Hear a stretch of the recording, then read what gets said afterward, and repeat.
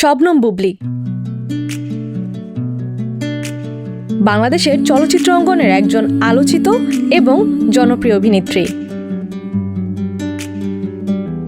বছর কয়েক ধরেই শবনম বুবলির নামে চলছে নানান গুঞ্জন। এই গুঞ্জনগুলো মূলত প্রেমের। শবনম বুবলির এসব প্রেমের রিউমার্স নিয়ে সাজানো হয়েছে রিউমার্স এক্সপ্লেইনের আজকের এপিসোড। আর বরাবরের মতোই আপনাদের সাথে আছি আমি তাসনিয়া নিহা।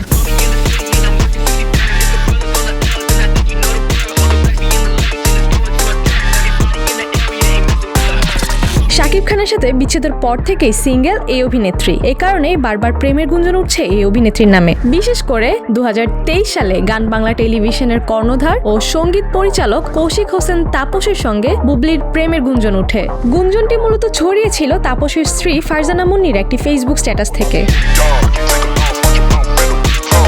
2023 সালে নভেম্বর মাসে তাপসের স্ত্রী ফারজানা মুন্নি সামাজিক মাধ্যমে একটি স্ট্যাটাসে অভিযোগ করেন যে বুবলি ও তাপসের মধ্যে প্রেমের সম্পর্ক রয়েছে। তিনি আরও দাবি করেন বুবলি তার সংসার ভাঙার চেষ্টা করছেন, যেমনটি তিনি আগে অপু বিশ্বাসের সঙ্গেও করেছেন। এই স্ট্যাটাসটি পরে মুছে ফেলা হলেও এর স্ক্রিনশট সামাজিক মাধ্যমে ছড়িয়ে পড়ে এবং মিডিয়ায় ব্যাপক আলোচনার সৃষ্টি হয়। বুবলি এই বিষয়ে সরাসরি কোনো মন্তব্য না করলেও তার নীরবতা গুঞ্জনকে আরও বাড়িয়ে তোলে।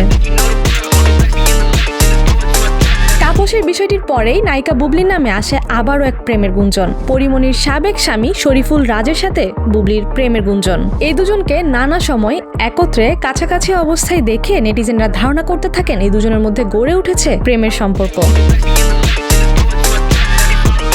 গত ঈদে প্রেক্ষাগৃহে মুক্তি পেয়েছিল বুবলি ও শরীফুল রাজের সিনেমা দেয়ালের দেশ। সেই সিনেমার প্রচারে গিয়ে ভিড়ের ভেতর একটা পর্যায়ে বুবলির হাত ধরেন রাজ। হাত ধরে কিছুটা দৌড়ি দেন এই দুইজন। এই দৃশ্যটি মুহূর্তেই নেটে ভাইরাল হয়ে যায়। এর আগেও শরীফুল রাজকে দেখা গেছে চিত্রনায়িকা বিদ্যা সিনহা মিমের হাত ধরে হাঁটতে। এই হাত ধরাকে কেন্দ্র করেই পরিমণি ও রাজের সম্পর্কে বিদায়ের সূচনা হয় বলে তখন ধারণা করেছিলেন নেটিজেনরা।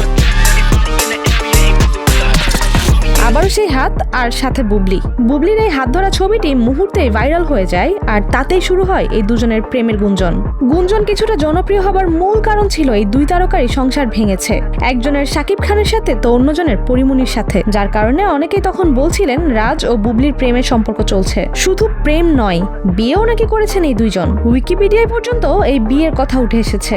এমনকি নায়ক আদর আজাদের সঙ্গেও প্রেমের গুঞ্জন উঠেছে নায়িকা বুবলির।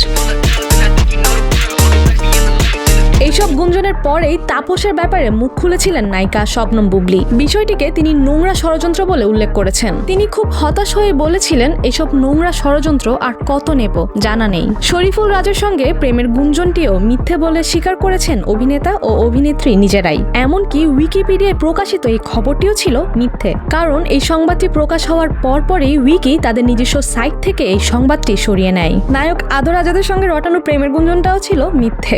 যমুনা টিভির সঙ্গে এক সাক্ষাৎকারে আদর আজাদ নিজেই হাসতে হাসতে এই গুঞ্জনটিকে উড়িয়ে দিয়েছিলেন। আধুনিক প্রযুক্তির উন্নয়ন ও সামাজিক যোগাযোগ মাধ্যমের সহজলভ্যতায় এখন সবার কথাই সবার সামনে চলে আসে, সেটা হোক সত্য কিংবা নিছকই গুজব। তারপর কেউ যদি হয় সিঙ্গেল মাদার, তার উপর অভিনেত্রী, তার নামে গুজব ছড়ানো তো খুবই রসালো হয়ে ওঠে। চিত্রনায়িকা শবনম বুবলির বেলায়ও আমরা একই জিনিস লক্ষ্য করছি। কারোর সাথে সিনেমা করলে কি প্রেম হয়ে যায়?